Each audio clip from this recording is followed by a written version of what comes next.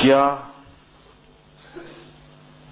اب یہ ہمیں نہیں پڑھا، کون امریکہ سے آئے ہوئے تھے اور کہہ رہے تھے کہ عشاء کی نماز میں ایک وتر پڑھ سکتے ہیں، شریعت کا کیا حکم ہے؟ کچی کچھ پتہ نہیں لکھا ہوا بھئی، ایک وتر پڑھنا بعض ائمہ کے نزدیک جائز ہے۔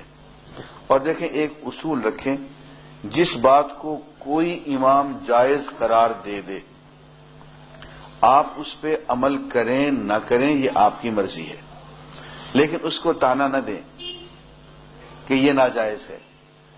بھائی امام مالک، امام شافعی، امام احمد بن حنبل، امام ابن تیمیہ، ان لوگوں نے ساری زندگیاں قرآن پڑھنے پڑھانے میں، حضور کی سیرت طیبہ سیکھنے سکھانے میں لگا دی۔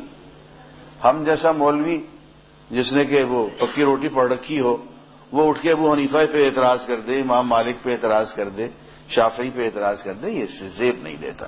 جس امام نے جس چیز کو جائز قرار دیا ہے تو اس کے پس منظر میں احادیث کا انبار لگا ہوا ہے۔ اور حضور نے کسی ایک طریقے سے نماز نہیں پڑھی، ہر کام حضور نے کئی طریقوں سے کیا ہے، اس لیے کہ حضور تو پوری امت کے نبی ہیں نا، تو لوگوں کے ذوق الگ الگ ہوتے ہیں، کوئی کسی ذوق کا ہوتا ہے، کوئی کسی ذوق کا ہوتا ہے۔ حضور اکرم صلی اللہ علیہ وسلم نے ہر ذوق کے لوگوں کے لیے عبادت کر کے دکھا دی ہے، اب جو چاہے تم اپنا لو۔ اب دیکھیں نا یہ دعا مانگنے کا طریقہ ہے، آپ دعا یوں بھی مانگ سکتے ہیں، یوں بھی مانگ سکتے ہیں، یوں بھی مانگ سکتے ہیں، حضور نے تینوں طریقے سے مانگی، یوں بھی مانگ سکتے ہیں، یوں بھی مانگ سکتے ہیں اور یوں بھی مانگ سکتے ہیں۔ تو حضور اکرم صلی اللہ علیہ وسلم ہم سب کے نبی ہیں۔ دیکھیں ایک بات کو اچھی طرح سے یاد رکھیں، اور یہ بات صرف اس کی سمجھ میں آئے گی جو دل والا ہوگا۔ یہ مختلف طریقے کی جو عبادتیں، کہ نماز یوں پڑھی جا رہی ہے، یوں پڑھی جا رہی ہے، یوں پڑھی جا رہی ہے، یوں ہاتھ کیا جا رہا ہے، یوں کیا جا رہا ہے۔ ڈاکٹر حمید اللہ مرحوم سے کسی نے یہ سوال کیا کہ جی حضور نے نماز پڑھی ہے تو یہ اتنے الگ الگ طریقے کیوں ہیں؟ تو انہوں نے بہت اچھا جواب دیا اور مجھے بہت پیارا لگا۔ انہوں نے کہا بات یہ ہے، اللہ کو اپنے حبیب سے بہت پیار ہے، اور اللہ نے اپنے حبیب کی کسی عادت کو بھی ضائع نہیں ہونے دیا، ہر چیز کو ریکارڈ کروا دیا۔ کچھ حصہ ریکارڈ کرنے کے لیے ابو حنیفہ آ گئے، کچھ ریکارڈ کرنے کے لیے مالک آ گئے، کچھ ریکارڈ کرنے کے لیے شافعی آ گئے، کچھ احمد بن حنبل آ گئے۔ تو حضور کی کوئی عادت، کوئی طریقہ، کوئی سنت ایسی نہیں ہے جو ریکارڈ ہونے سے رہ گئی ہو۔ اس لیے یہ سب لوگ جو کچھ کہہ رہے ہیں یہ درست ہے بھائی، کسی پہ اعتراض نہ کرنا۔ اور دیکھیے ہم سب جو کہ حنفی ہیں، میں آج آپ کو امام ابو حنیفہ کا فتویٰ سنائے دیتا ہوں، غور سے سن لیں۔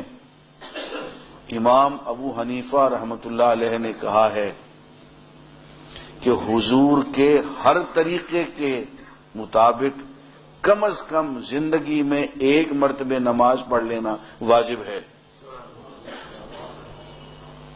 ہاں حضور نے آخری عمر میں اور زیادہ سے زیادہ یوں نماز پڑھی تھی جیسے ابو حنیفہ کہتے ہیں، اس طریقے سے، لیکن فرماتے ہیں کہ یوں ثابت ہے حضور سے پڑھنا، رفع یدین ثابت ہے، آمین اونچی آواز سے ثابت ہے، تو زندگی میں کم از کم ایک مرتبہ وہابیوں کے طریقے سے نماز پڑھنا واجب ہے، شافعی کے طریقے سے، احمد بن حنبل کے طریقے سے، امام مالک کے طریقے سے۔